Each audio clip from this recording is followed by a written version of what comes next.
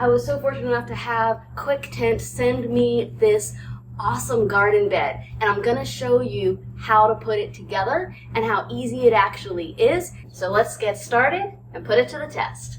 I was able to install this by myself, but a few of the things that I really like about it, one is that it has rounded corners. The rounded corners make it just have a nicer appeal while also allowing you to still utilize that corner space. So that was really nice. It's also got these crossbars for support, and being that this is so large, the crossbars really help with the support. It is galvanized, so it should last outside for quite a while. And in terms of the size, this is what a 6-foot long, 3-foot wide by 2-foot high looks like. So this I really like because it's deep enough that you can comfortably grow things that require more space for the roots.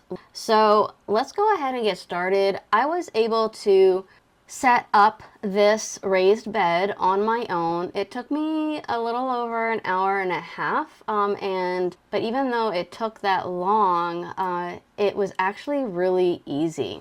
So it comes with a pair of gloves, and it comes with all of the screws and the nuts that you need. One thing that's also really nice is that it came with a rubber covering that you can put over the top edge. So that was nice because it does help with the weatherproofing. So as you can see, it is really easy to put together. You just simply follow the instructions. All the different pieces, what I liked was that they were small. So it was easy to move around and carry. It was easy to unbox. You just have to make sure that you're doing the proper side up. But the instructions will explain all of that for you. So overall, I think it was a really nice product, and I'm really looking forward to using it.